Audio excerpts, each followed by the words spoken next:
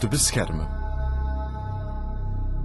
Moi, je sais une seule chose, c'est qu'un peu avant 6 heures du matin, sur le réseau radio, un message est passé disant « Attention, soyez prudents parce que le bruit court que ce sont les Belges qui sont responsables de l'attentat. » Bij het huis van de eerste minister worden de 10 blauwhelmen beschoten. Enkele uren later zijn ze ontwapend door Rwandese regeringssoldaten. Volgens de aanklacht op bevel van majoor Bernard Ntouyahaga, die onder meer daarvoor nu terecht staat voor het Assisehof van Brussel. Ntouyahaga ontkent formeel.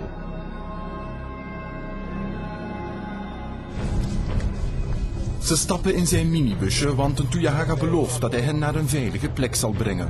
Bij een post van de minuar, de blauwhelmen.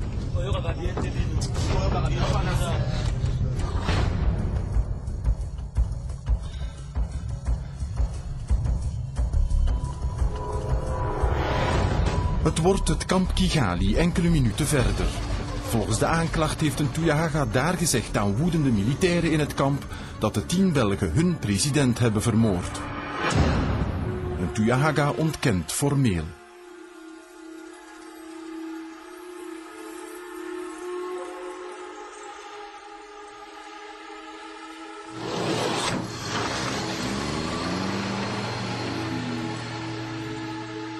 In het kamp Kigali worden de 10 aangevallen door zeker 100 militairen.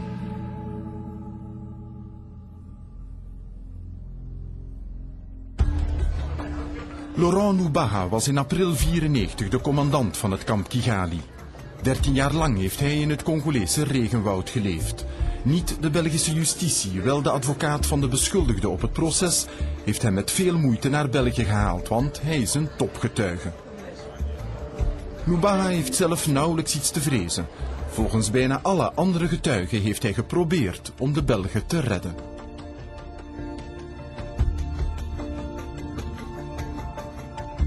À mon arrivée au camp Kigali, j'ai vu sur place 4 casques bleus couchés agonisants au sol. Et est-ce que les 4 que vous avez vus à ce moment, est-ce qu'ils étaient encore en vie? Ils étaient encore en vie. Les autres se cachaient dans le bâtiment. Dans le bâtiment, oui. Nous avons, ensemble officiers, continué d'éloigner les soldats furieux, mais certains tiraient de loin à peu près dans 60 mètres vers le local occupé par les 10 casques bleus.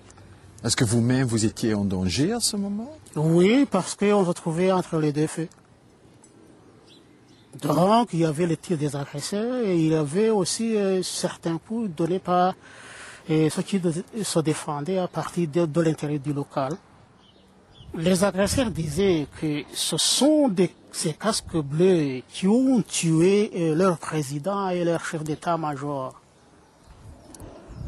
Je n'ai pas pu savoir celui qui avait semé cette rumeur dans les esprits de ces soldats. Est-ce qu'avant, pendant la nuit, vous aviez déjà entendu ce rumeur que les casques bleus belges étaient impliqués? Non, pas du tout. Je l'ai entendu, je l'ai appris sur place. De Canadese generaal Romeo Dallaire was de opperbevelhebber van de blauwhelmen. Ook hij was vlakbij. Onderweg naar een vergadering met de Rwandese legertop rijdt hij op dat ogenblik voorbij de ingang van het kamp Kigali.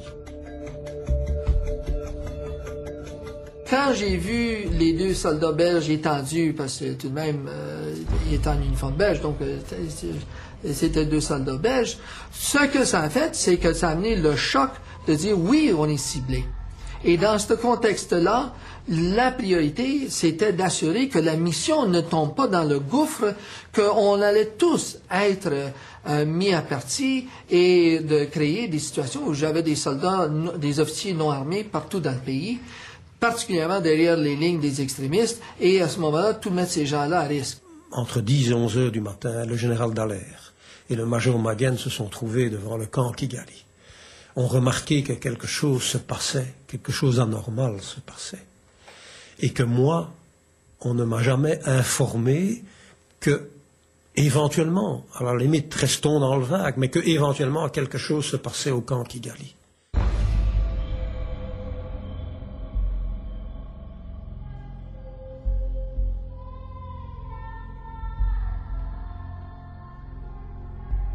Je me suis donc retrouvé face à face avec le général Renaud Dallaire, à pied tout seul, sur des gens vers le lieu de la salle de réunion. Je lui ai moi-même dit qu'au camp Kigali, les casques bleus belges sont assiégés par les handicapés irréguliers rwandais, que tous les efforts développés par quelques officiers présents se sont avérés impuissants pour rétablir l'ordre, et que les forces de la MINUSMA étaient capables de sauver la situation en faisant intervenir une unité blindée. Et il m'a précisé qu'il allait tout mettre en œuvre pour sauver la situation. Il a promis d'intervenir. Il a promis ça. Et alors il pensait qu'il avait les moyens de le faire, d'intervenir à ce moment, à 11h, 11h30 peut-être l'avant-midi. Mais à ce moment-là, on s'est séparés. Il a promis, il avait des forces suffisantes pour pouvoir intervenir et pouvoir éloigner, parce qu'il avait une unité blindée. Et vous, en tant que commandant du corps, vous étiez d'accord qu'il interviendrait? Oui. Est-ce que c'était faisable encore à ce moment de sauver les casques bleus belges, vous pensez? Oui, parce que justement, tous ils étaient encore vivants et même les agonisants ne perdaient pas encore le souffle.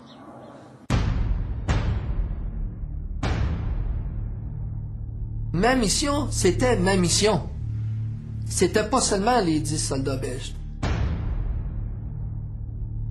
Et à mon avis, au point de vue militaire, il fallait une unité organisée, voire même quelques blindés, disons, et 3 auraient suffi pour disperser les agresseurs. On parlait de combien d'agresseurs à ce moment? Plus ou moins une centaine. Une centaine. Oui. Et est-ce que vous-même, vous ne disposiez pas de vos propres hommes pour les contrôler? Non, moi j'ai dit que le camp Kigali ne disposait que des hommes, d'escorte des autorités à l'extérieur. Les agresseurs, ce n'étaient pas des hommes qui étaient sous vos ordres? Non. Il me semble que c'était des irréguliers qui avaient passé la nuit dans son camp et venant du terrain, de partout. Vous ne les connaissiez pas? Non.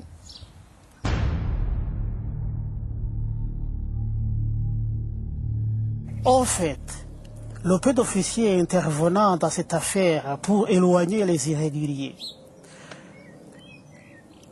eh bien, les efforts se sont avérés impuissants de faire quoi que ce soit.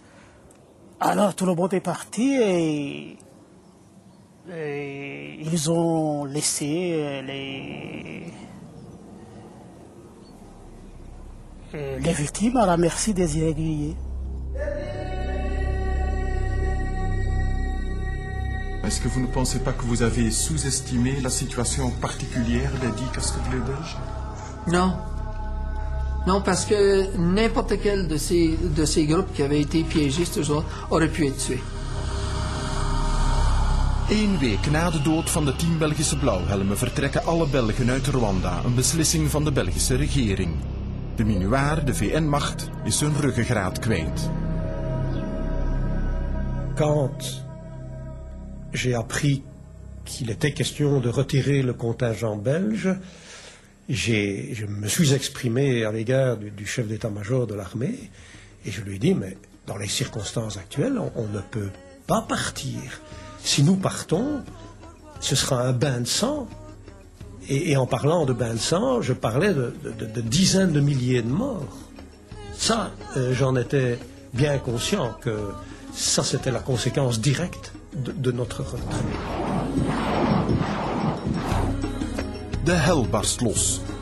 Bij de oorlog, de genocide, de massamoorden sterven zeker 1,1 miljoen Rwandezen in die eerste 100 dagen. De volgende jaren zullen nog vele honderdduizenden meer sterven, in Rwanda en diep in Congo, waar ze wegvluchten. De Rwandese tragedie drijft de hele regio in de chaos, 13 jaar lang nu.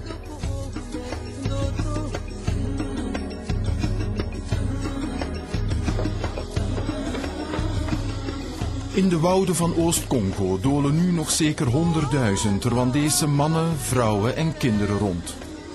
10.000 jonge mannen zijn gewapend. Velen waren nog een kind in 1994. Vandaag wachten ze op een nieuwe kans.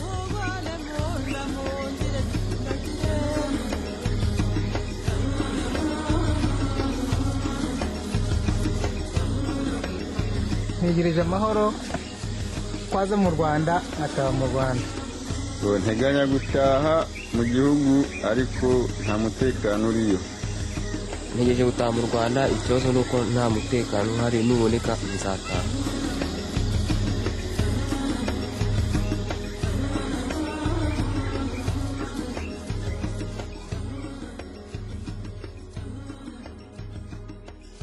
Erg optimistisch is Peter Verlinde dus niet. Van echte verzoening tussen Hutus en Tutsi in Rwanda kun je niet spreken. In oostelijk Congo ondertussen verzamelen zich duizenden rebellen die, in de woorden van Peter, wachten op een